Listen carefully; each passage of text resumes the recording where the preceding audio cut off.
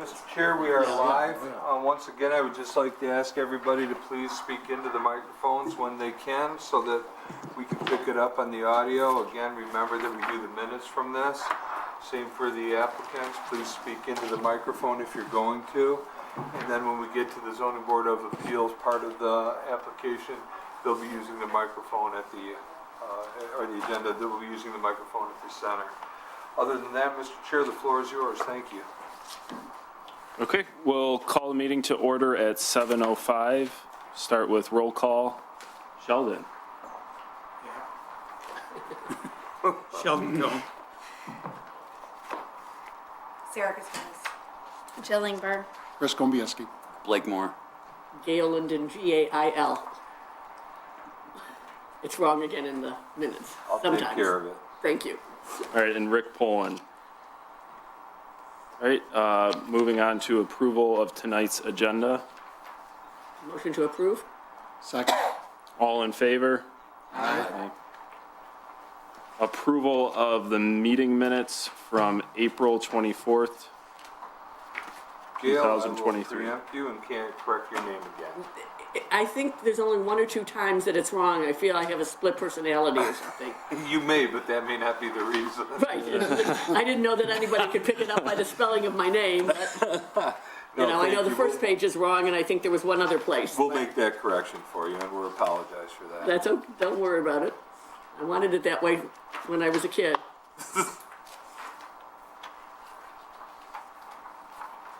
Any other corrections to the minutes?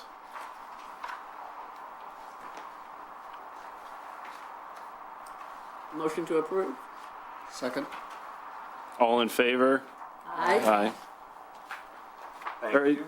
moving on to item 5, matter of site plan review of an addition at 10015 Nadine.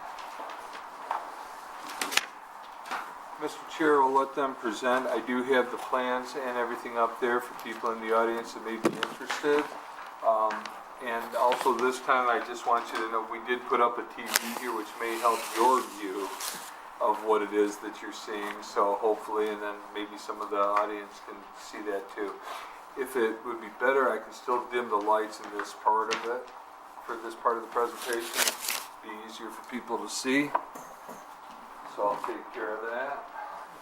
Mr. Chair, I just want the applicant to know his house is directly across the street from mine, or just about directly across the street, and but I don't think that this that will influence my ability to fairly judge the presented plan. Just want to make sure that the applicant is aware of that. All right, thanks for noting that, Sheldon. All right, go ahead.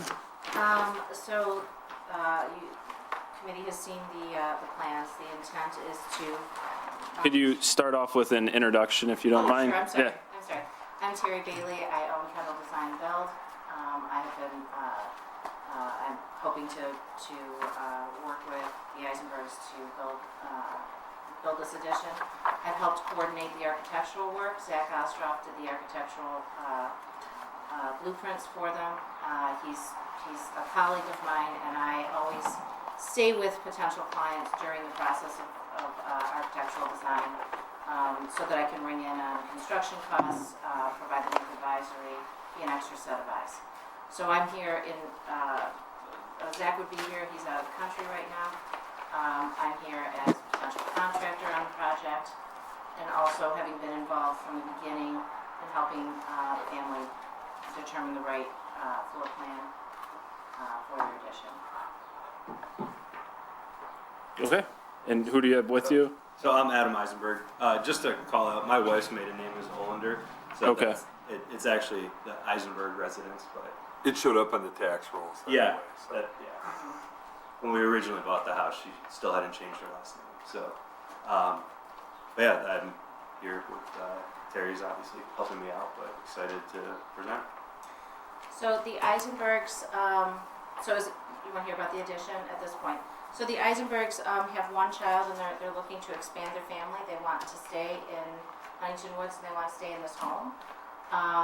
This plan is to increase the size of the second floor by doing a front dormer addition and a rear small rear dormer addition that allows for them to have a second bathroom upstairs and another bedroom upstairs, so that they can have both kids and themselves on the third floor and keep the first floor for living space. On the second floor.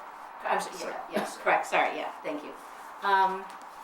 We're not increasing the footprint of the house at all. The intent is to take aluminum siding that's on both the front and the back of the house and replace it with fiber cement with hardy siding, which we think is an advantage and shape,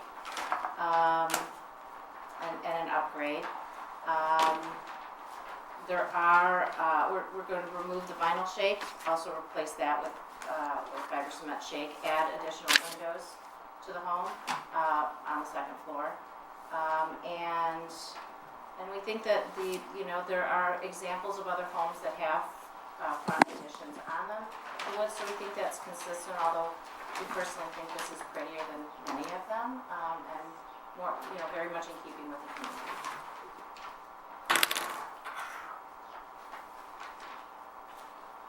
All right, Hank, if you wouldn't mind. Yep, I'm happy to do this. So, and then, of course, if you have anything to add after I've gone through this, you should feel free to do so. Again, this is one platted lot, 50 by 125, 6,250 square feet. The maximum height permitted is 30 feet, and proposed is 2 stories and 25.29. Front yard is 26 feet, no change. It exists, and the required is 25. Side yards are minimum 5, total 14. One side is 7.7, the other is, so that brings the total to 17.7. Again, that's existing with no change. There is no change to the rear yard, 30 is required and 52.8 is provided. The lot coverage, the maximum permitted is 1,875 square feet at 30%, and proposed is 26.8 at 1,675 square feet. The maximum house size is 2421, includes a lot bonus and any other architectural bonuses that they're entitled to. What's proposed is significantly under that at 2,336 square feet. And again, in your packet, I've detailed how we came up with those numbers. The lot that you see is what I've done is you have your 3 in a row behind you rather, or actually now in front of you, thanks to our new board. But what we have is 3 lots that are all the same size. The house size at 10025 Nadine is 1,592 square feet as proposed. 10,015 is 2336, and 10,005, which is the other neighbor, is 1,264. Styles range from ranch to a kind of quasi-colonial, which is what's happening here, and a bungalow, so there's diversity in the 3 houses. The first house is a bi-level, the second house is a 2-story colonial, and the bungalow is a 1.25 story. Exterior materials on the west neighbor is brick. Brick and siding is what's proposed on 10,015, the subject property, and brick is what's on 10,005. All of the properties have detached garages. Having said that, that would qualify for all the bonuses and for what they need to make their square footage. So if there's any questions that you might have regarding that, I'll go through the plan here real quick. Whoops. Okay. So here's your survey, which you have, and also the upper level existing and the main level existing. What this does is it allows you to see the footprint and where it is and what's going on there now. So when you take a look at the transition to the next piece, you can see what they're proposing with the upper level, which is heavy on the front side for the construction, and the proposed main floor level isn't being touched. So this is where they're adding the bath up here, a new master bedroom, which is a total master suite. Bedroom over here is staying, and this bedroom over here is being added. So that's in the front is where they're primarily doing their work. And then this would be the elevations. On the front, you can see is that they balance the windows around the chimney. They have window on the dormer on the front side, the projection there. On the west elevation, you can see what they're doing, and they've added windows on this side over here, which is towards the front, so they've balanced out their addition a little bit on that. On the east side elevation, they've added, let me see here, one window on this side over here. And again, this is all existing here and here. And then on the south elevation, which is the rear, you're seeing this, and the window here that I'll point out is the one that looks like it's a little bit awkward in the middle. That's existing. That's what? This one is existing. Okay. So that's not something that's going to be changed. So you have your window sizes here. Just to confirm with Terry, those are, you meet egress in all the bedrooms. Yes, they do. So that's why you'll see a difference in style. You'll notice here that these are all sliders through here, which will meet the criteria. And in the front, the uppers here are hung, double hungs on the bottom. I assume they're double hungs or single hungs. And up top, she's showing the basement windows for the top on that. So other than that, that's all that I have to go over it. If you have any other questions, the fenestration calculations are up here, but I do want to point out fenestration was not something they needed in order to get their square footage for this project. So I did not have a fenestration allowance for that. So other than that, if you have any questions of myself or they would like to add anything, happy to let them do so.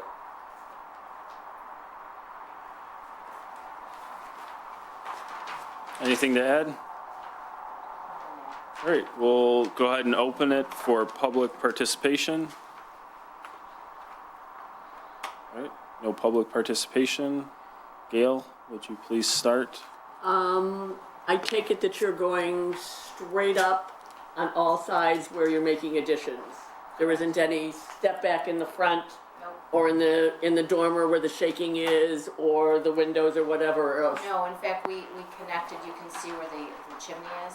That's an existing chimney, and we connected the entire front to that. So it's all the way to the front line of the brick. Correct. Okay. And the back had sliders in the back on the family room addition that was put on before, and that's the reason why you did slider windows. We did slider windows on the Rear? back, the rear, in order to meet egress. Okay. And that little window that's already existing there is where? I believe that's in the bathroom. bathroom. And that other window isn't in the bathroom? That's the only window in the bathroom? Because it's a little funny looking. Yeah, that's the only window that's in the existing bathroom. And then the other window is, the window to the left in the addition is In the master. in the master, the primary suite, primary bath. Okay. Because that little window looks really little, but that's because the roof is already coming up on the family room addition in the back that's already there and you're Correct. not going above it. Correct. Okay. Okay, those were my questions. Thank you.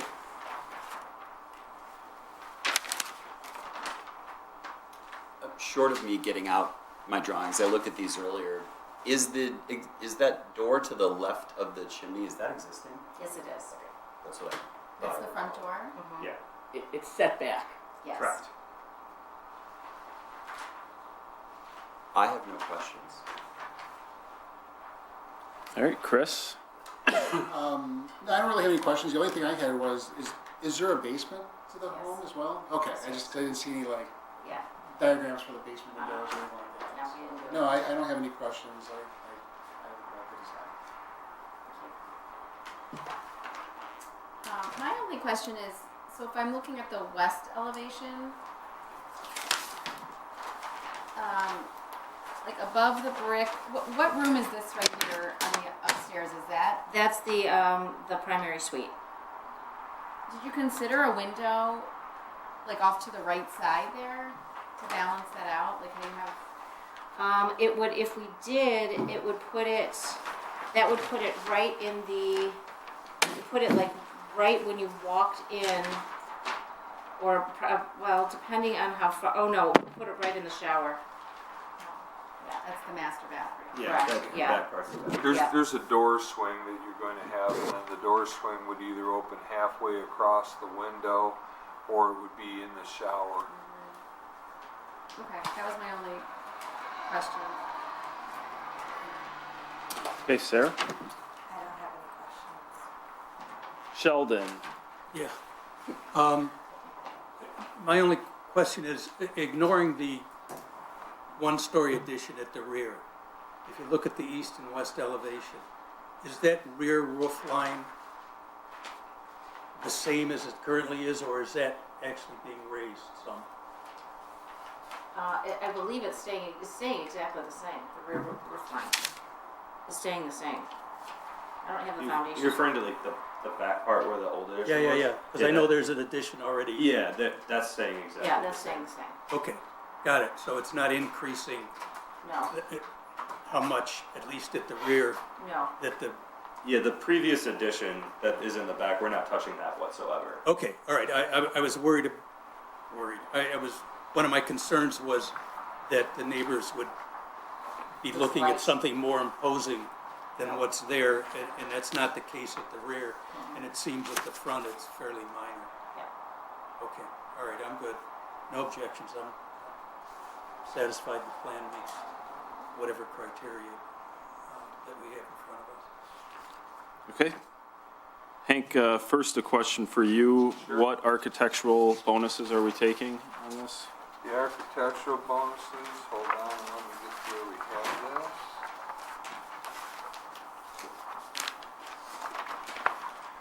We had 1,900 by right, 2,100 feet, or sorry, 21 feet in lot bonus, 150 in height, and detached garage at 100, plus the architectural details at 250, equals 224.21, and they're proposing 2336. They have 600 max that they could hit. They didn't hit it, but they didn't need it. Okay. And what specific 3 architectural details are giving them the 250? Window trim, height, and detached garage. Oh, for the, I'm sorry. Hold on just a second here.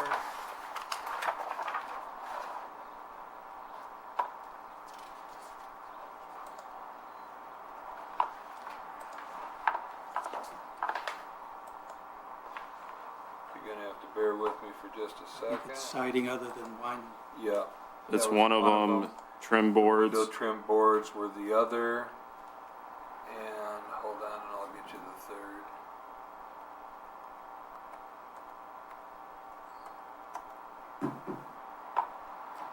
Well, Hank looks that up. The next question I have for you, the rear addition shows existing dimensional shingles to remain. Are you able to match it on the, it's newer and it's able to be Yes. matched? Okay. New windows will match existing windows. Correct. What are they? What, do you have wood or vinyl? The windows, we actually just got new windows, so they're probably final windows. Okay. So I typically spec Pella windows. So if they didn't do Pella on what they currently have, we will likely do Pella. If they did Anderson, we'll do Anderson, and we'll match exactly what they have. And then all windows will have trim boards. So the trim boards was one. The wood windows can be clad was what I thought you were doing. Well, because they just replaced everything with vinyl, we're gonna wanna keep it consistent. Okay. And then siding other than vinyl, were you putting mutton bars in them? If they have muttons on them, we will. If they don't, Okay, we do won't. they? Do you have muttons? The cross hatching in the windows. Do you want Oh, those? no. No. Okay. So then we wouldn't. And then keystones, okay, and shutters you're not doing, pulled brick details you're not doing, brick Rolexes, soldier coursing, you're doing all siding. So the issue is that I thought that they were doing wood windows which were clad based on the We print. used to have them, but we redid the windows and got rid of them. So that Okay. might be why. And I was unaware of that. So now they don't necessarily have the 250 square foot bonus. So they have 250 altogether. Yeah. So that would be 19, that would put them at 21, that would put them under.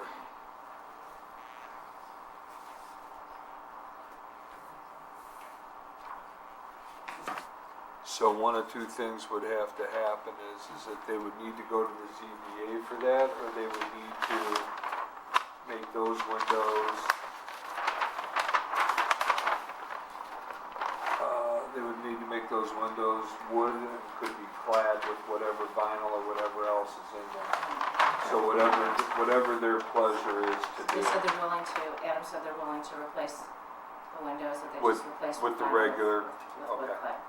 That would make the 250 bump. Replace all the windows with wood? Replace the windows in the addition. They wouldn't be required to do that because they're not touching all the windows. But they would put the windows in that are wood with clad. So that would meet the criteria necessary. So we would end up with an inconsistent, You would end Window. up with an inconsistent unless you wanted to give them a pass on that.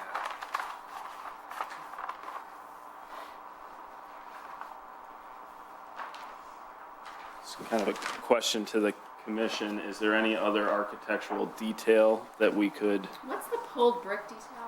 Old brick detail is what's called like a clinker brick type of detail. That'd be like if you have flat wall of brick and like every other brick or every odd bricks throughout there are pulled a little bit, so it gives some relief and some texture. They don't have that at this point. Let me get out of this and get back to this. And can you put up the side views, Yeah, north-south and stuff? absolutely. what about this soldier coursing? Does that exist as shown? It exists in the front, but it's pre-existing. Nothing they're doing is brick.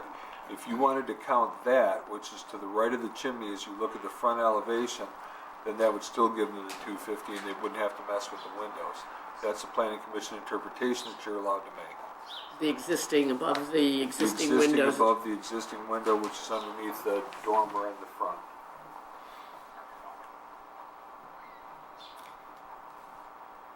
And there really isn't room for putting in shutters based upon how the windows are placed in the front. Well, the chimney precludes that from Right, but even on the first floor, you'd only have one window that could do it, and you've got two windows next to the chimney, so it wouldn't work. That would look more on. Right, I'm saying the shutters would be the easiest, but they don't fit on this house.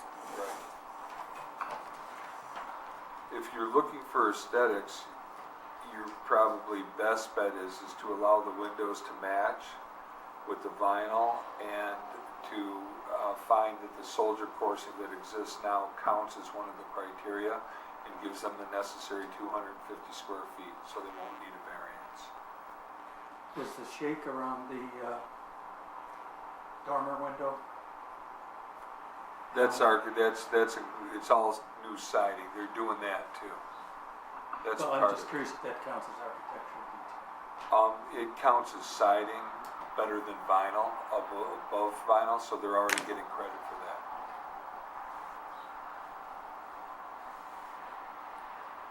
So that's what, at least from staff perspective, that would seem like your best option, if you want to go ahead and do that.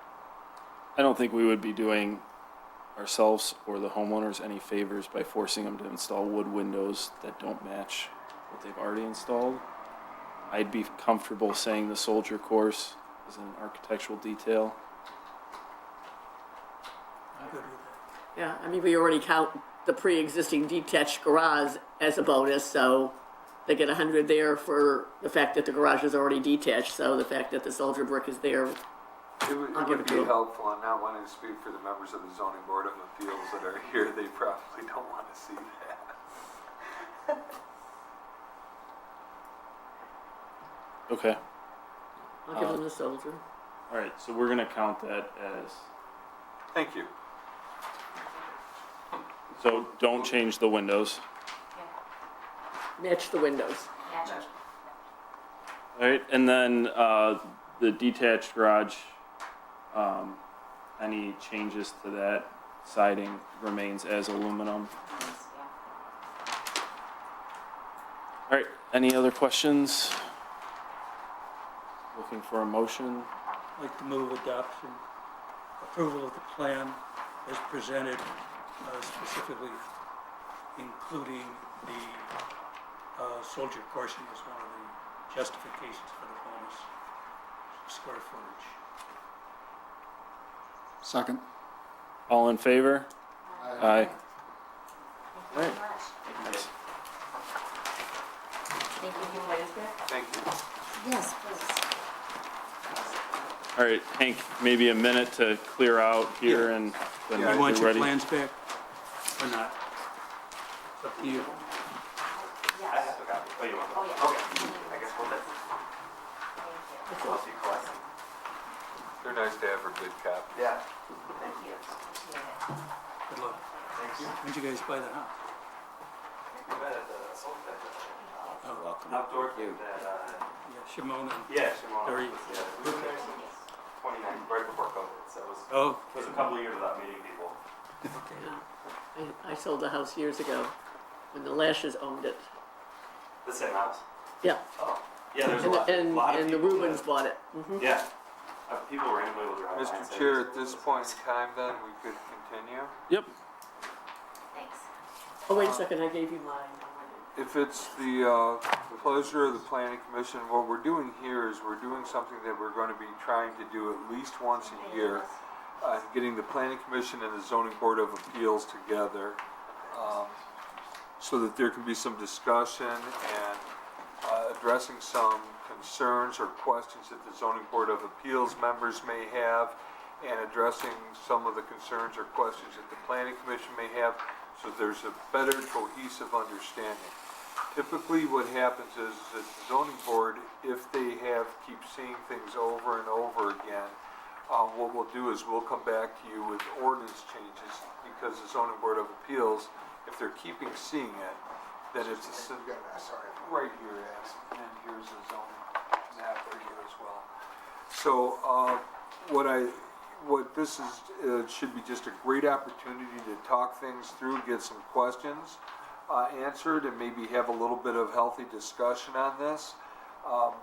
What I'd like to do is I'd like to have the zoning board of appeals members introduced, and then if they, when it comes to their term or their turn to address this, then they can come up to the microphone and speak, and then, and questions, and then you can have a discussion based on what they have questions for. And if you have any questions for the zoning board of appeals, this is a great opportunity to get two very important boards in the city of Huntington Woods together to maybe help make things a little bit smoother. So, having said that, I'd like to introduce Joe Playa. Joe's been a zoning board member of appeals for quite some time and is a really good neighbor. Ben Falick has been around the zoning board of appeals for an awful long time and has been extremely helpful. Bree Stocker is, are you on your first term or second term now? Second. Maybe. Okay. I don't know first. Just starting the second? Okay, Yeah. but anyway, she's been very helpful on the zoning board of appeals. Adam Tong is our newest member to the zoning board of appeals, and it was great to have him here tonight. So it's great that we have such, so many people from the ZBA here. Adam Wallace is our zoning board of appeals chair, so we're very thankful that he's here tonight. These people, they have nameplates.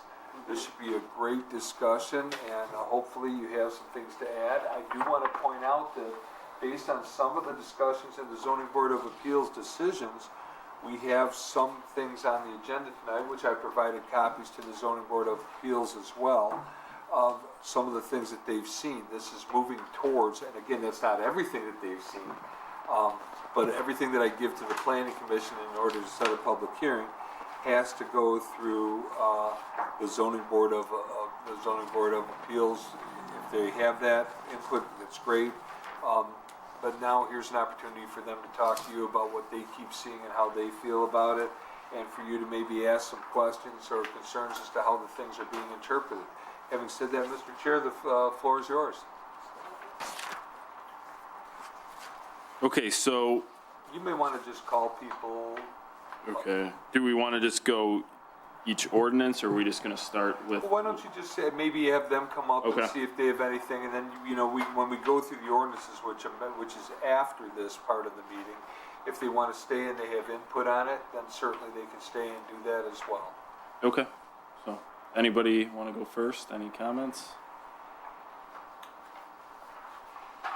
If you do, you're going to need to step up to the microphone. Thank you.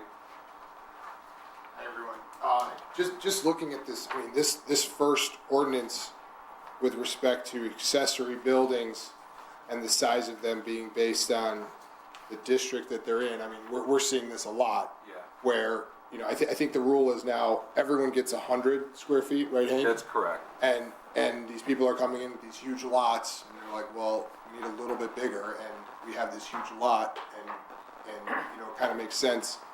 And that, I think that's what the revised ordinance is trying to accomplish.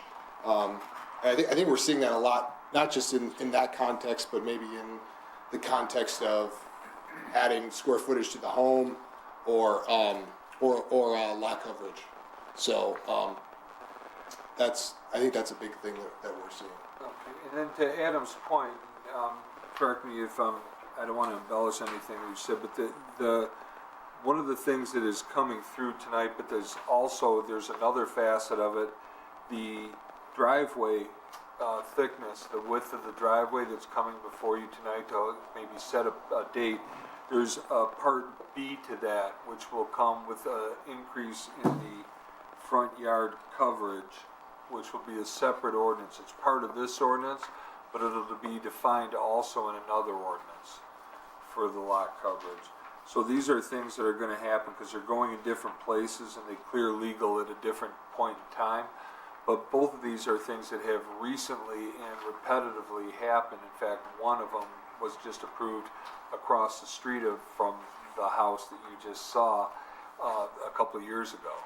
So that, I believe, is what you're talking about, is the repetitive nature of the variances, and that would necessitate the need to revise the ordinance or at least take a look at it. Yeah, I'm not so keen on the driveway example, because to me it seems that, I mean, these people just want two wide, which there's so many one wide driveways in Huntington Woods that wouldn't keep me up at night. But yeah, that's pretty much what I'm saying. So. Can you shed a little more clarity on that first one on the accessory buildings? What are we talking about exactly? Well, to give you an example, what happened is that when we went ahead and we did the maximum house sizes and we revised the maximum house sizes, we never did it for the accessory structures. And at that point in time is that, okay, the bigger lots get bigger houses, but we didn't give the bigger lots with the bigger houses a bigger accessory structure. So over the years, those have been getting approved based on the fact that, like, you have bigger lots. I'll give you an example. A lot of them have swimming pools, which would necessitate a place to put pool equipment as well as the pool equipment, not just the chairs and the stuff to store it, but the actual pool equipment, the filters and stuff like that, which, if it's inside a structure, is less obtrusive to the neighbors via sight and also noise. Is a detached garage considered an accessory structure? A detached garage is considered an accessory structure, but the problem is that you're allowed a garage already up to 650 square feet, which they can have. But you're allowed one other accessory structure not to exceed 100 square feet, or 10 by 10. So the problem for that is, even if you take the smallest ones, which are 100 square feet now, if you go to buy a gazebo at Costco, those are 10 by 12. That's how they come. They're 120 square feet. So while you can't buy one of those unless it's a pop-up type of thing, and if people are going to use those, the impetus for that is that you should be able to have what is commonly available. So you're precluding all of these houses from putting anything other than a 10 by 10 accessory structure other than the garage. So for some of the houses, it's not only like for the one that's 200 square feet, which would be the R1A, which is the acres, lots, and the subs. The reason for that is 200 is you're looking at almost acre lots in that area, and a 10 by 10 on that is, with all due respect, a fly speck. And they're under So- in, like, we have to consider Yeah. lot coverage too. They're way under in lot coverage, Right. so it's not. 15%. Yeah. Yeah, I mean, they'll be so- at like and 12%. adding this extra 100 square foot, 200 square foot versus 100 square foot accessory, you're still way under in the lot coverage. Yeah, you're not gonna hurt that with those. And then for the R1E, D, C, and as they incrementally go up, they go up with the size of the lot. So as the minimum lot size goes up, the accessory structure goes up. So even though this is kind of getting into item 7 on it, it's a healthy discussion that we'd like to have, but as Adam points out, they're seeing this a lot. So it's, with all due respect to everybody, it's time to run it up the flagpole and see who salutes it. Thanks.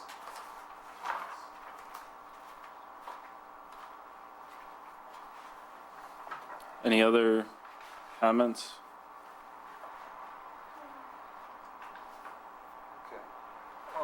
Okay.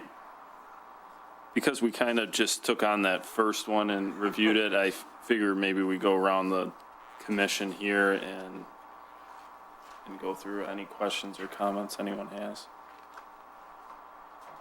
Gail, would you like to start? I easily see it, you know, the 200 on the acre lots and the increments of 25 square feet going down in each of the lots because, you know, the second district happens to be the Hill District and they're larger lots. So they get 25 feet less and then you're basically in the front of the woods. We're getting the other ones are along Scotia or something like that. So, you know, I see the reason for doing it. The 100 square feet or whatever the number is can't be added to the garage. It's for a second building and it still doesn't allow the lot coverage. So I don't have any problem with it. It doesn't change lot coverage. Okay, Blake? I agree with Gail. I did, however, I wanted to ask a more general question, but maybe we should sort of stay on point and I'll circle back to it. Okay. Chris? No questions at this time. You got anything? No, Sarah? no, I agree, though. Sheldon?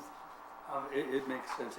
This doesn't change impervious surface, lot coverage, setbacks, side lots.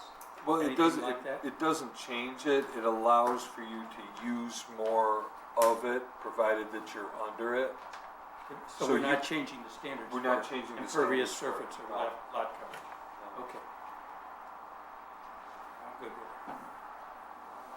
Hank, do we have a maximum height on accessory structures? 16 feet. Like a For garage. both? The same height as a 16 garage. feet. Okay. Should that be in here? It's think in it a is. different ordinance. Have we ever looked at that? Specifically, no, and I'll tell you why. Because they didn't want to make it any taller than that, because they don't want second floors on the garages. And then, any thought to saying that the two accessory buildings can have a combined square footage equal to a certain amount versus two separate sizes? The reason for that we didn't do that was because 650 square feet is the maximum size garage you can have, assuming you can meet your lot coverage.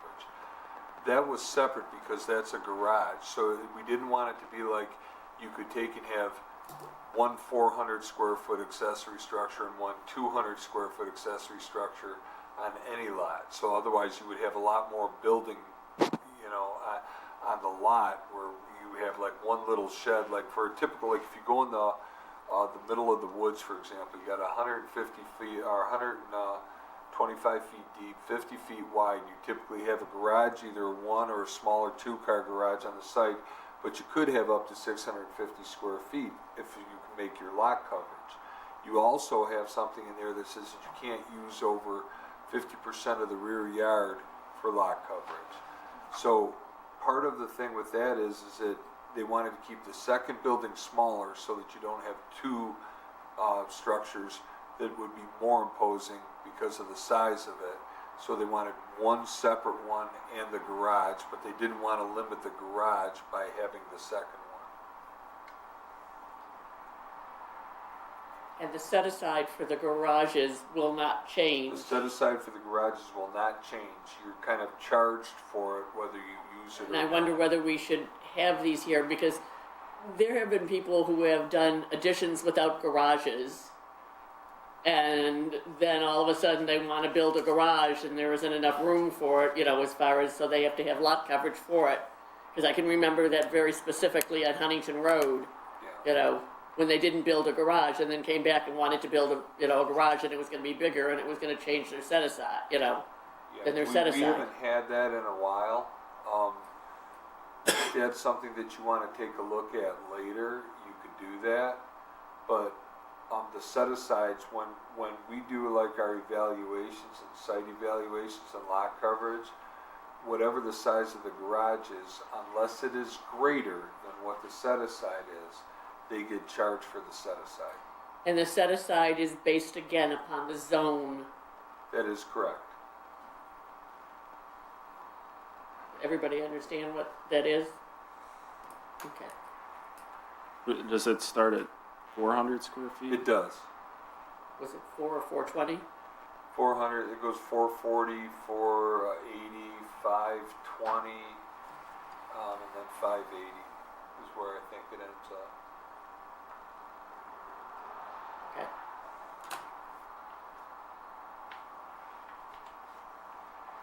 And there is language here about if you have an attached garage, you only get the one accessory structure, right? Yep. Whether it's an attached accessory structure or an accessory structure that is detached, you get one garage and you get one accessory structure. Okay.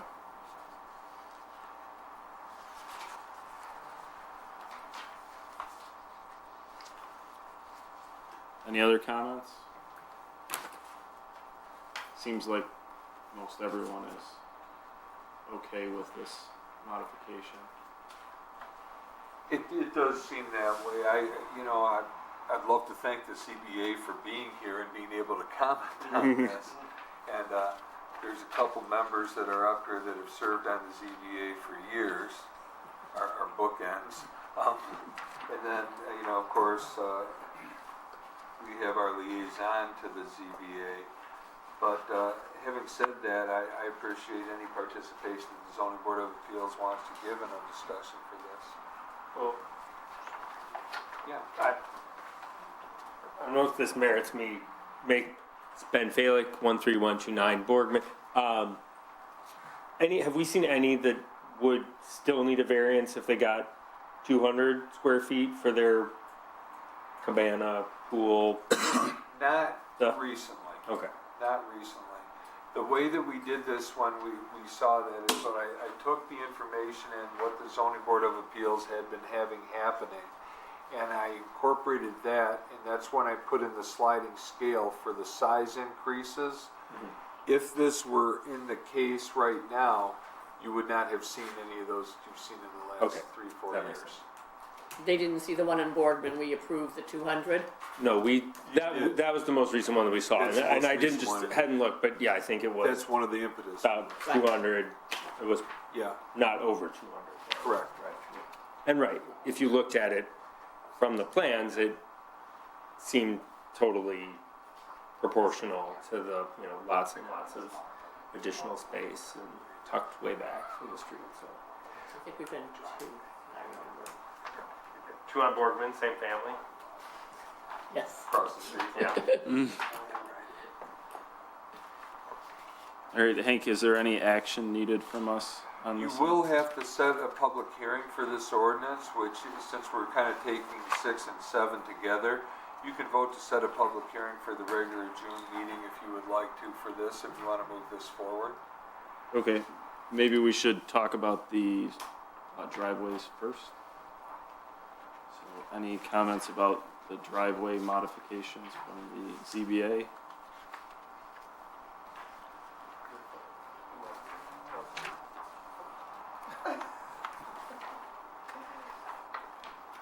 What was, I'll give a preface while you get up there.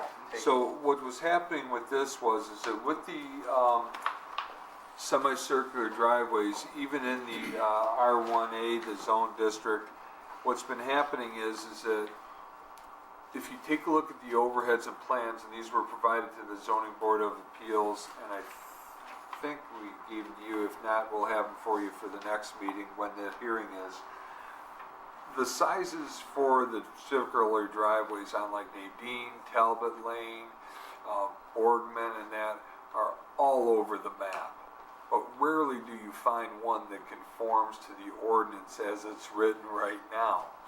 So what we tried to do is to make that a little bit more consistent and to allow for, if you had cars in the circular driveway and you had people over, that somebody could pull out and actually pass one of the cars that's in the driveway without having to back 3 cars out or move 3 cars forward, which didn't make any sense. That's kind of the same thing that you have now. At that point, you might as well just have a straight driveway.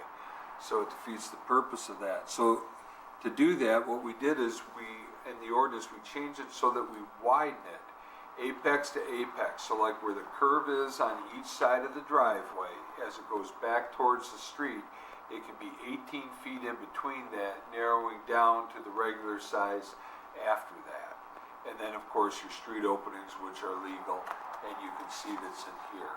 So having just with that brief description, Bree had something that she wanted to add to it, so I would be certainly amenable to letting her do that.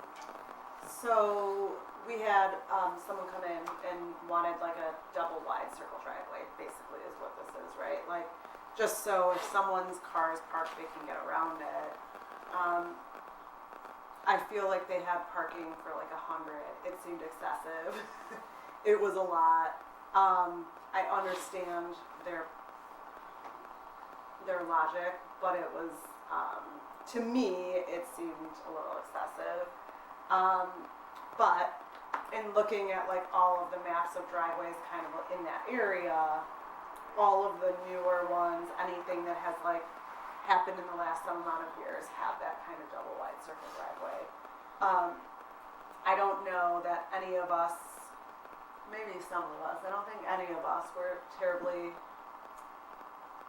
thinking it was something that we had to do and make that change and make it be something that's allowable always. I kind of feel like it would be fine keeping it as is and having it be an exception rather than the rule, only because it seemed, I don't know, it just seemed like a lot it truly didn't seem necessary. I think that there would be some annoyingness to not being able to go around a car, but again, it was like, how many cars do you have? Like, it was kind of an exception to the rule rather than the rule. Personally, that's what I felt. And it seemed like,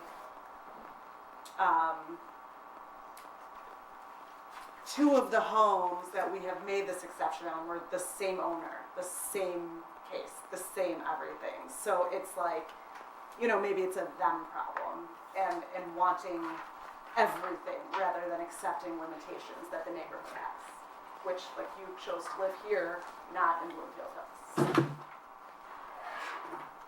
That's just my 2 cents. Can I say something? And that's, you're talking about in the R1A, you're talking about in the acres, Yes, not in another district. right, acres. Well, I kind of disagree with Bree. I've heard this argument a couple times, and I've taken a look at the acres, what it looks like, and to me it seems reasonable for the size of the size of the house, the type of vehicles they'll have, visitors they would have. So I agree with the way the proposed ordinance is written.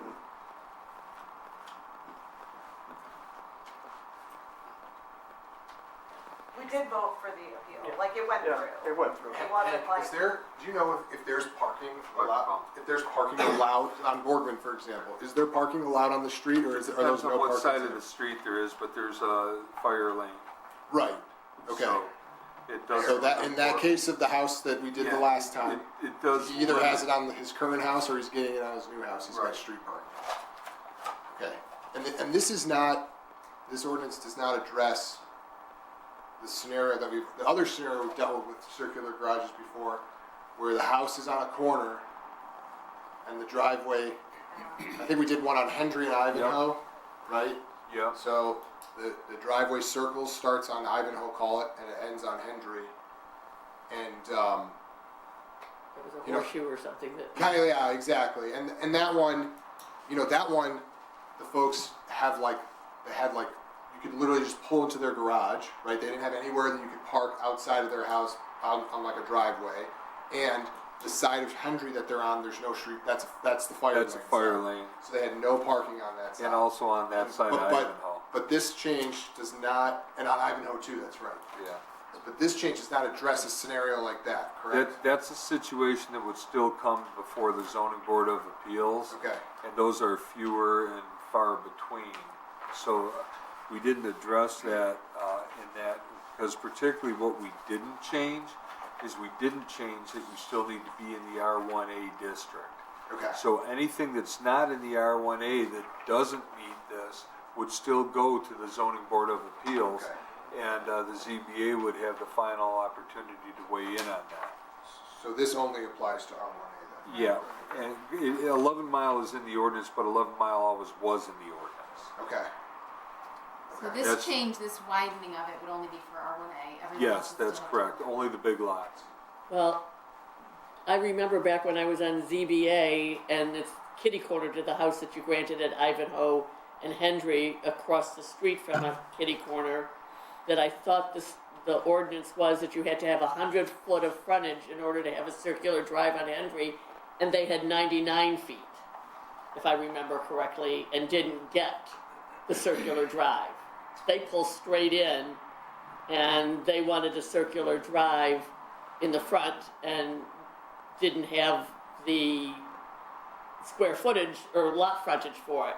So I'm wondering, on other lots other than an R1A, is there a minimum width They're not- other than 11 Mile? They're for- not allowed in R1B, and that's an R1B. And the whole point that lot went to the ZBA was, one, they wanted a circular driveway, and two, it was in R1B, not the R1A, so it had to go to the zoning board of appeals just because it wasn't allowed in that zone district at all. Okay, so the circular drives that are in R1B, such as on the backside of the hill, on Huntington Road or whatever else, all had to go to ZBA. Either had to Or- go to ZBA or predated the requirement.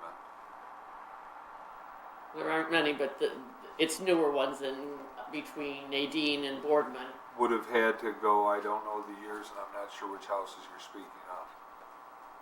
But if they would have had it, it either would have predated the ordinance or they would have had to go to the zoning board of appeals to get it.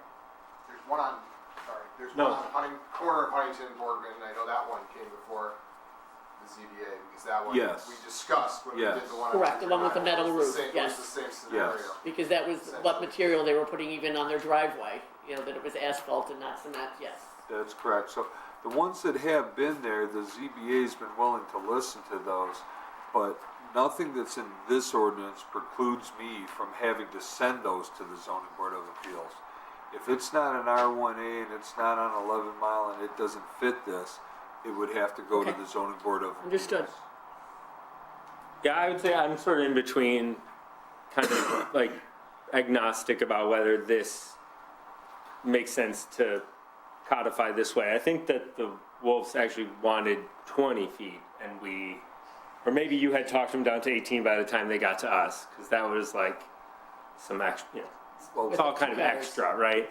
If you were trying to differentiate this from the accessory structures, right, that has sort of a tiered system that's proportional to the different areas. And this, I mean, it is particular, there are unique, not in the ZBA sense of like a lot that's, a house that's platted to the way that's different from how it faces, or a really weird, pie-shaped lot, but unique to all of R1A, that they're just so big that, even if you have what may seem like a more paved front yard than you need, you still have lots of non-porous surface that's gonna catch, rainwater, and so now you might think this is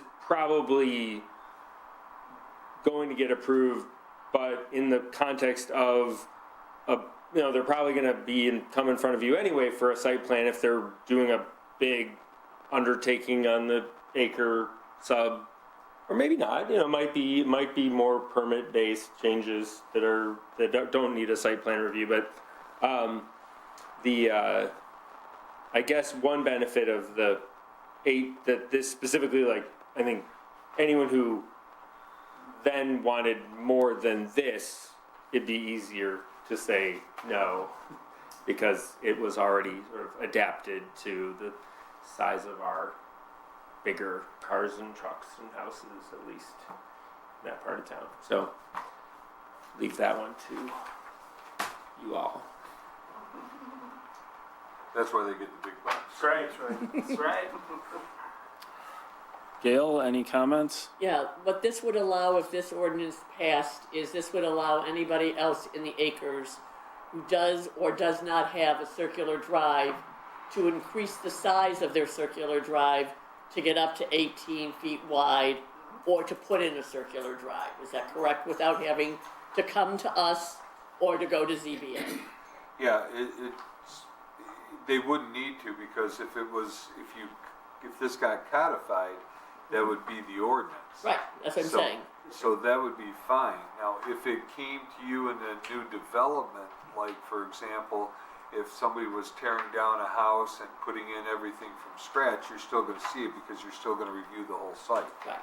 But for somebody else that has like a 14-foot wide driveway and can now make it 18 between the apexes, all they would have to do is apply for a permit. And this would require, again, a hearing if it passed that. Yeah, both of these ordinances, if you move them forward, what you're doing is you're going to move them to hold a public hearing. At that point, what you would be doing is, if you approve it, you would be approving with a recommendation for approval to the city commission. So the city commission is always the final body that adopts this. So you would be moving to recommend to the city commission the adoption of this ordinance. So if you want to tweak the ordinance in any way, shape, or form, you can do that now. You can send me emails so that I have any corrections or comments before the next hearing. You can even do that at the hearing. But what we need to do would be, at that point, would be as amended. So. And at the public hearing, when we have other public hearings, well, not public hearings, but people come to listen to plans or whatever else, is the R1A district noticed? It'll be noticed in the newspaper. It'll be. So they're not gonna get a mail that says there's a Nobody's public getting hearing on this, issue. It'll be noticed there. It'll be Okay. noticed in the bulletin boards, but Okay. it'll be noticed in the newspaper. It'll be on the website. Those are the types of things that we do for that. Okay. But we don't blanket email the city. Well, I'm not saying the city, this I only applies to understand, but we R1A. don't, yeah. Okay.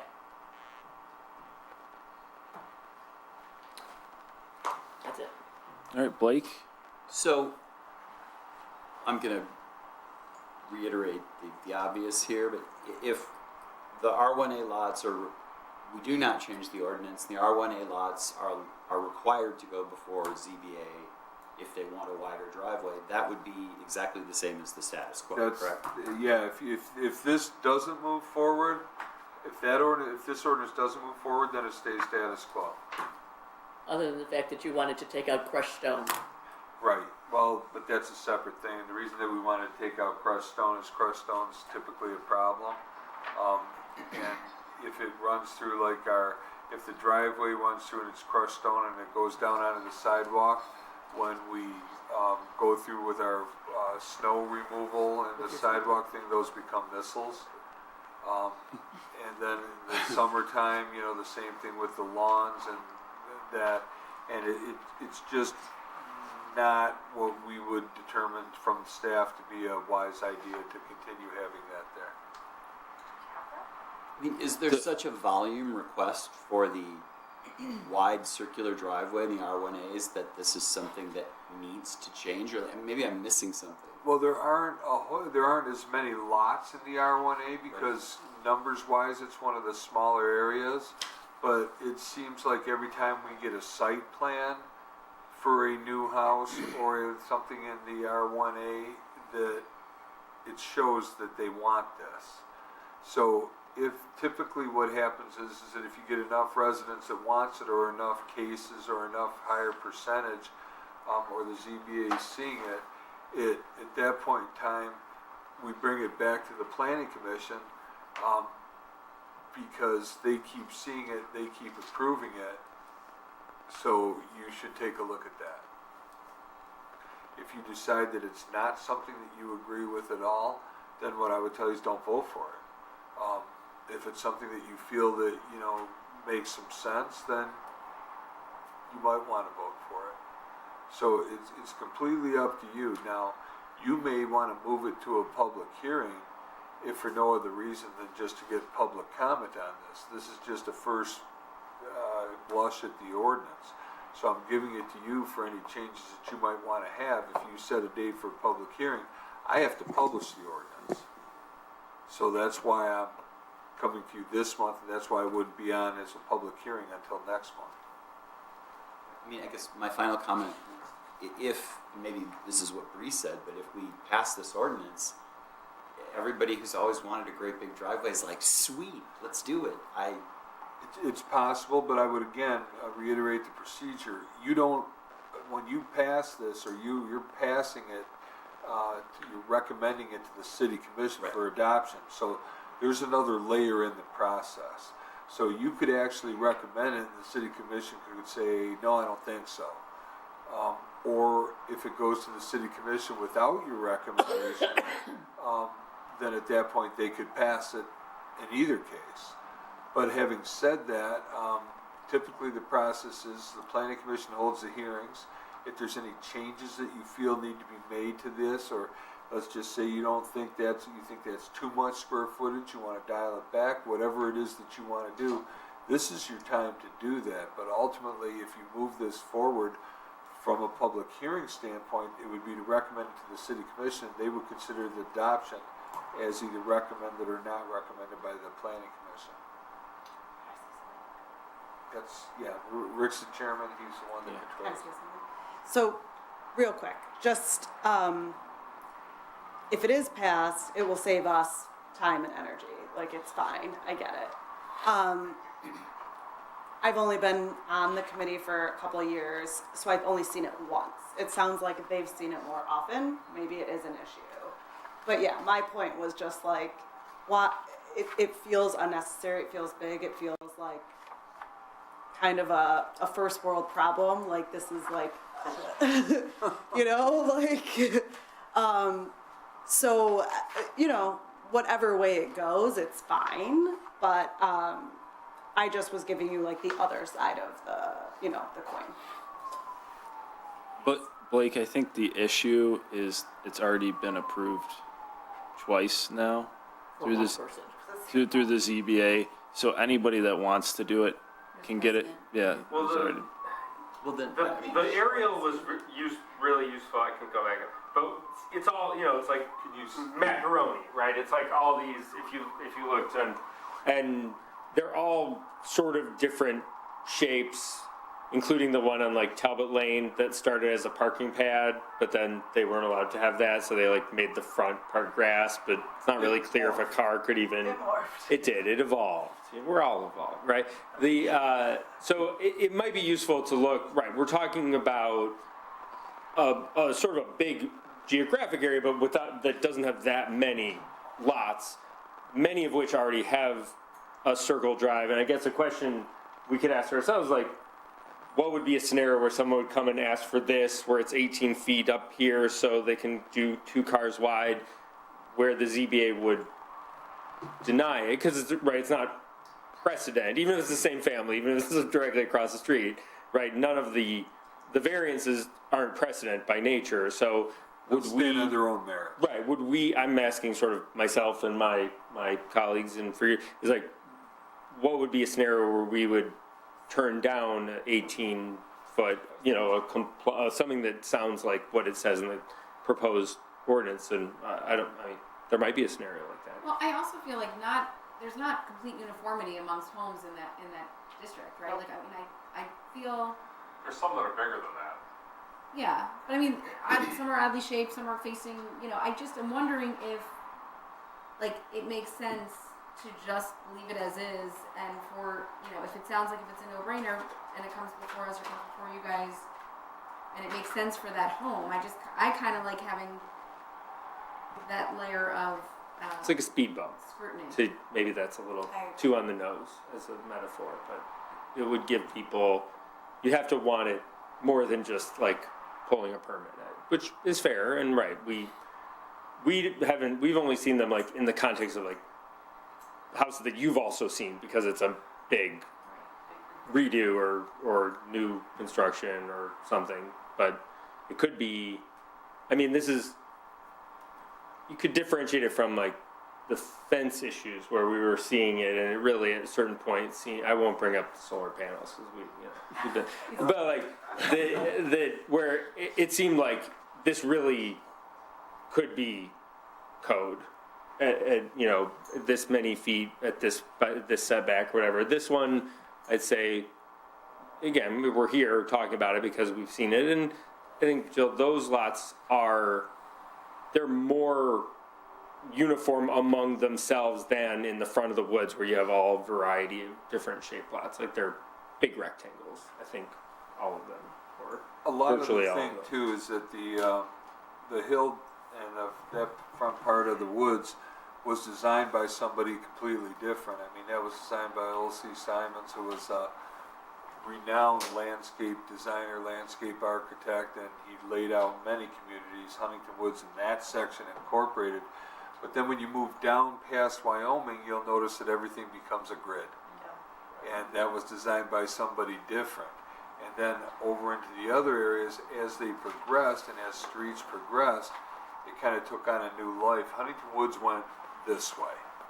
It went from Woodward, which was because people used to live on Woodward. Woodward was the main road of travel, and you had the first mile of paved concrete anywhere in the country was Woodward Avenue, and as a result, people did that because it was a trail from Detroit to Pontiac. So the houses were there, they lived there. Even the house at the big white house at the top of the hill on Boardman was oriented towards Woodward. Now, all the other houses weren't around there at the time that it was like that, so it had a much different view. But that's what happened with that. So it was laid out differently, and then when you got to the acre subdivisions, the acre lots were designed to be acre lots, and the reason for that isn't that they were never subdivided, is they don't drain. If you've ever gone by those in the springtime, for a lot of them that haven't engineered fields and that, there's people that go out in the back with rowboats. So, and Well, that's that sidewalk by Burton. yeah, that's exactly that. They get their own swimming pools. For, well, Winter and- right, duck ponds, hockey rinks, take your Right. pick, but they have it. But Hank, isn't that more of an argument to have these issues come before us? Well, that's, Because that was one of the things we talked about with this last one. yeah, Sorry. that's the thing. And then there's two ways to look at this. One, and that's why I bring things to you separately, is that one, where you have the accessory structure, that's almost cut and dry that you move that forward, because that'll give it time for public hearing, and then you can decide at that point in time if you want to pass it on to that. This one's a little bit more tenuous. So what can happen here? One, you can decide to move it to a public hearing and take public comment on it if there is any. You can see what it is. It gives an opportunity for you to weigh in, some thoughts. If you have some changes or things that you might want to see, then you can let me know. But this will be brought back before that. I have to publish the ordinance so that when you get it, that it's had a hearing. It'll get published again at the city commission level. So there'll be some scrutiny to this, and that's part of the thing. If you get to the point where you don't feel like you want to move that forward right now, you can work on it, we can tweak it, we can still work on it, and then, or ultimately you can say, I just can't get this with the other things that we put on the priority list, so I'm not thinking that this is something that I want to forward on to the city commission, even if we have the hearing, or we're not ready to do this right now. You can also take that tact, whatever it is. The thing being is that with this, when the Zoning Board of Appeals did see it, it did pass twice. So it's up to you what you want to do, and this is one of the benefits of having this kind of meeting, is that you get to hear what the zoning board of appeals was thinking when they went ahead and they approved it, and also how it plays into you writing an ordinance that maybe doesn't have to go to them, or maybe should go to them. So it depends on exactly what your thought process is. But in either case, it's always great to have a healthy debate about Yeah, it. so I mean, generally when we hear appeals from that district, it is not just in the context of the driveway, but in addition to, I mean, that is one of the considerations is all the flooding. I mean, I think one was dealing with, we had to give somebody a different setback because they wanted to put a structure somewhere, and the only way to put it would violate the ordinance, but it was the only way to put it that it wouldn't flood or whatever, or, you know, wouldn't they could access it in the event That it would reasonably be expected to work. Yep, exactly. So, and I remember that's something we talked about with this one too. We were talking about one of our colleagues was talking about making sure that the engineer approved it from a flooding perspective and all those sorts of things. So, you know, that's something else to consider too when you're talking about that district. All right, Chris, any comments? Has there ever been a time in the last 3 to 5 years that we've not approved from the ZBA this driveway at all? Do we know? The Those last, are the only two. yeah, the last Only ones, two? and I would say about the last 3-4 years, I'm gonna go back a year before COVID, that I can recall, had to and approved to. And again, it's not something that's gonna happen, because most of those houses are established. The last house was, with all due respect, somewhat of a dilapidated structure, and it came down, and what that was, and why you both saw that, was because that was you're starting at ground zero for that. So all of that has to be, so the planning commission did a very thorough review on that, and there were some things that still needed to go to the zoning board of appeals, which the zoning board of appeals took into consideration and thought that those were reasonable arguments and approved them.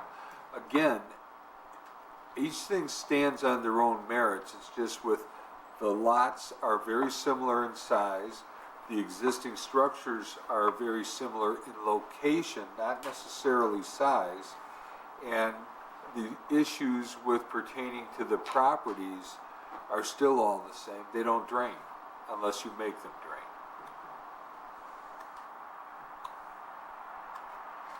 Anything else, Chris? Jill? Sarah?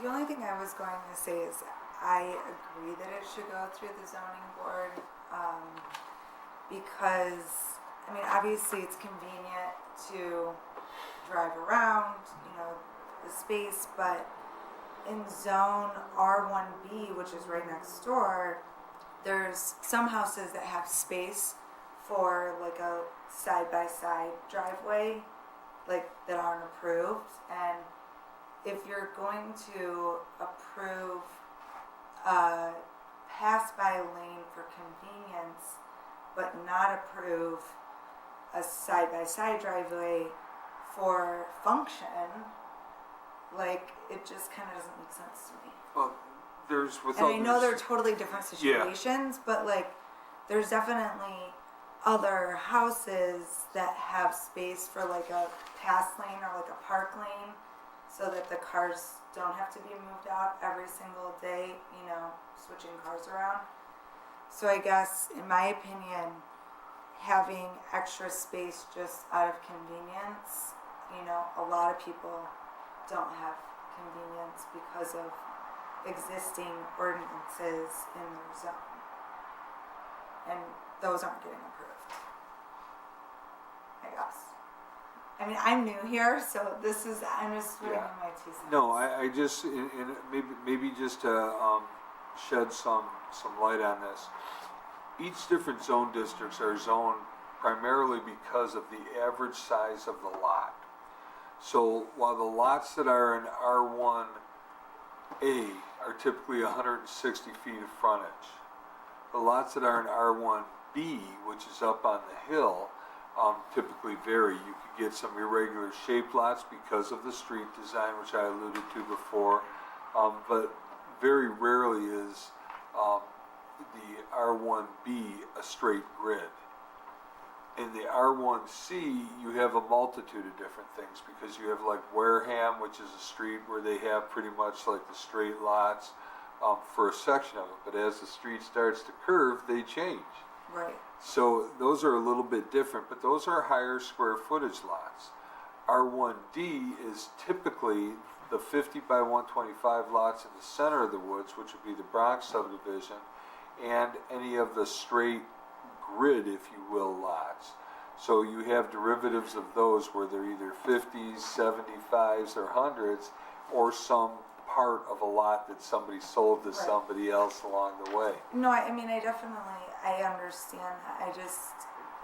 I feel like It's okay to it's feel better to approve individual situations than that's just- certainly a position that you can just take. my opinion. It's absolutely a position that you can take. Okay, Sheldon? I don't have a problem with making the ordinance change that permits that. At least counting on the map we have, and I don't know if there's that many houses, but there appears to be 41 lots in That's, R1A. yeah. I don't know if there's 41 houses, but there's 41 lots. And as far as I'm concerned, with 160-foot frontage and with the requirement that a driveway not occupy more than 50% of the front yard, and 50% is landscaped, which also can be waived by the zoning board of appeals in appropriate circumstances. I don't see the big deal here in terms of improving it and not making the homeowner go through that additional time, expense, and uncertainty of another petition over something that would apparently be approved almost as a matter of course. If with the criteria that's in here about the 50% landscaped and not more than 50% of the front yard, 40 feet, whatever the criteria, and I don't think there's likelihood of any serious damage being done to the appearance of the city or to other homeowners, adjacent homeowners. I see no reason not to. I mean, I've got some language issues with the way the ordinance is arranged, but I don't see any reason not to allow this as just a matter of issuing a permit based on the way it's written. And I mean, I agree with this specific situation in this house, like, sure. But I feel like in the future, if other people are wanting to do this, that it still should go through the approval process. Well, Mr. Chair, at this point in time, what you may want to do is you may want to discuss Sheldon's language changes or some of the things that he has to say, and then take a vote as to whether or not you want to move it forward. Well, the language change I have has to do, if that's what we're doing, Yeah, go ahead, to Sheldon. the chair. Okay. If you look at section B under the ordinance, small letter B, in addition to a straight driveway, a semicircular driveway, that prevented, it talks about the following two criteria and then lists 3 paragraphs. In my view, that I think the 2 criteria should be specifically referring to sections 1 and subsections 1 and 2. And if you add the words at the front of the language in section 3 that says, in addition, a semicircular driveway must comply with all of the following conditions, I think that adds clarity to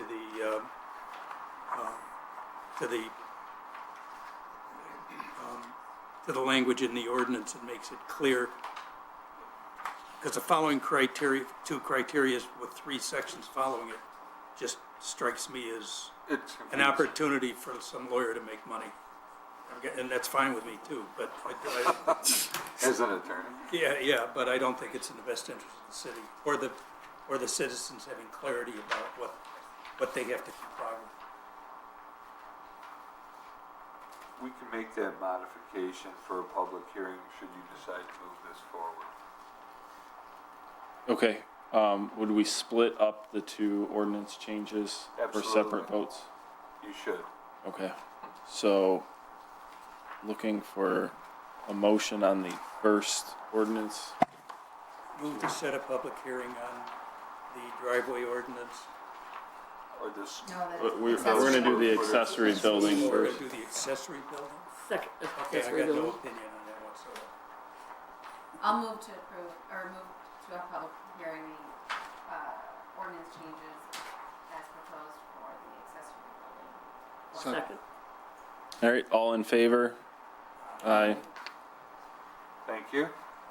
We'll set that for the June hearing at the next meeting. All right, Sheldon, Yeah, Would you like- again, I move to set a public hearing on the driveway ordinance that's been presented to us tonight.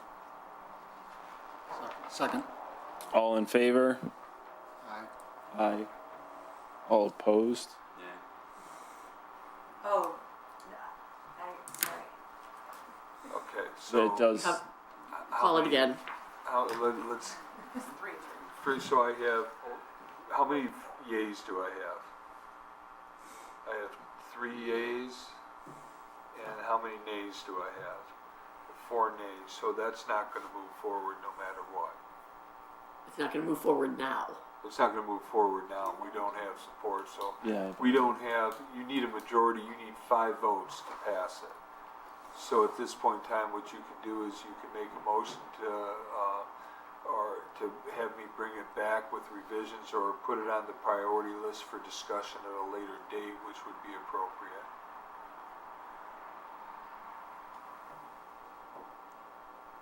and there can't be a motion to not do anything with it? Well, there could be, well, you could do that, you could just have a motion to deny moving this forward and that'll end it. It's already been declined. I So. don't think you need to, But you still need, Deny it. you still have, you don't have, if you don't wanna move this forward at all, then just let it stand as you voted. We move not to have a hearing. Well, then I'm not gonna do anything with it, so Right. that's gonna be, that one's gonna be dead in the water. If that's what your intent is, that's fine, I just need to know that that's what your intent is. Sheldon, we're gonna be here all night if we can't take another vote. the motion was made to set a public hearing, It was denied. and that motion was denied. To me, That's kills it. sufficient, so that'll kill it then, and I won't be bringing that one back up. I mean, if separately you want to put that on the priority list, top, bottom, middle, whatever, that's a separate question. Right, but you can do that, you don't even have to do that at this meeting, but by not doing this, the ordinance is just gonna stand as it is right now, and the ZBA will hear them as they do, should they arise. Sorry, guys. Okay, Good. Keep us. any other, That's right. We get bored. We hope it's not a terrific burden. Anything else that? yeah, Hank, is there anything else involving the Unless the ZBA? zoning board of appeals has anything else that they would like to talk about, or the planning commission has anything else they would like to talk about, then Mr. Chair, you're free to close this portion of the meeting. All right, we'll close this portion and move to communications. I'd like to thank the zoning board of appeals for your Thank you. coming tonight. It's Yes, very thank you. helpful Thank you to for having have you here. And moving on to the next portion of the meeting, I just want to point out the communications. What's happening is that, and I've been explaining this, MDOT does not typically move very fast with anything. So as a result, what you see is communications that I've received from MDOT for the RFP that's going forward for a potential Woodward Avenue project. So this is just approving the RFP for planning services so that they can get one cohesive plan. In the past, there's been many organizations. There's been the WA3 Woodward Avenue Action Association. There's been the Woodward 5 communities. There's been communities doing things on their own with Woodward. And what they want to do is to get some cohesive plan, because that's all MDOT controlled property. So that's why we can't do anything on our stretch of Woodward without MDOT approval. And if we do anything there, it'll be out of our pockets. And this may give us an opportunity to piggyback onto what other communities and what the state is willing to do. So the reason that I give it to you is because Huntington Woods has a seat on this RFP committee. So what I wanted to do was, if you have any questions or if you have any discussion items, I have a very limited window of opportunity for this. So while you may not have the inclination to comment on these now, if you have things that you want to talk about with these or suggestions, you should feel free to email them individually, not in a group format. And then I could go ahead and maybe make the decisions to, to take them to that. We do have a seat, and I'm our person. So if you have concerns or whatever, that gives us a real good opportunity to have us to get there. So, but again, this is just a small RFP, but it's the baby step. Can I ask a question, Yes. if I might? So the RFP is this 11-page thing we're looking at? That's what you're looking at, yes. Okay, all right, because this thing started like in 2013, Yes, sir. okay? And the anticipated completion date is May 2025, and the start date is December 2023? Why do we have any confidence that any of that is going to happen? The confidence is, okay, I'm going to be very politically correct here.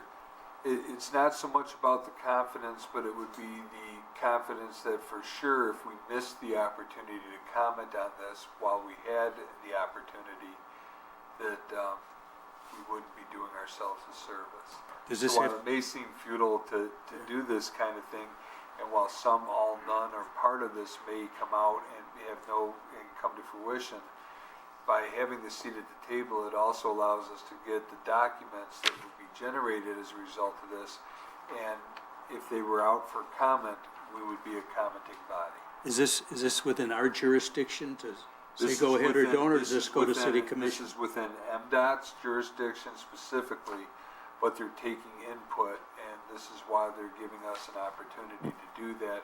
So the first thing I did was see if you had anything that you had burning a hole in your pocket. The only question I have about it, and Yeah. I really haven't fly-spec'd this, what is DBE participation required? We'll get that.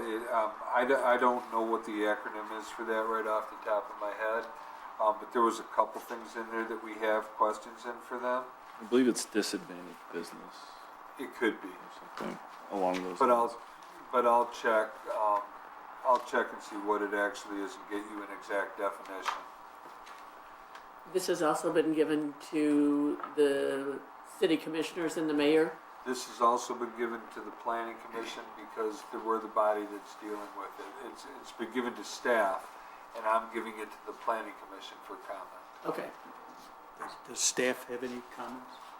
At this point in time, we're still reviewing it, and have a copy that's with legal.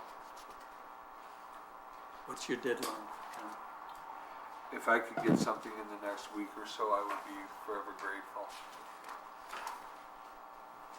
The sooner I can get back, it gives me the opportunity to know that at least we'll get something heard. And if you feel it's fine the way it is, that's how it's going to go. Yeah. I mean, speaking for myself, this is way beyond anything I've had an opportunity to deal with before, and I wouldn't even know how to evaluate it. All right, any other comments? All right, we'll open it up for public participation. All right, we'll close public participation. Look for a motion to adjourn. Motion to adjourn. Oh, can I ask a question? That's up to you, sir. This was on our, That was for the appeal, or Okay. for the application. did they bring this to it, or did They you? did. Okay. Because I wondered why we had it, two had step in and one did not. And I That's just wondered, okay, beginning of the meeting. thank you. All right. Motion, Motion to Second. adjourn. all in favor? Aye. Thank you, everybody. I appreciate it.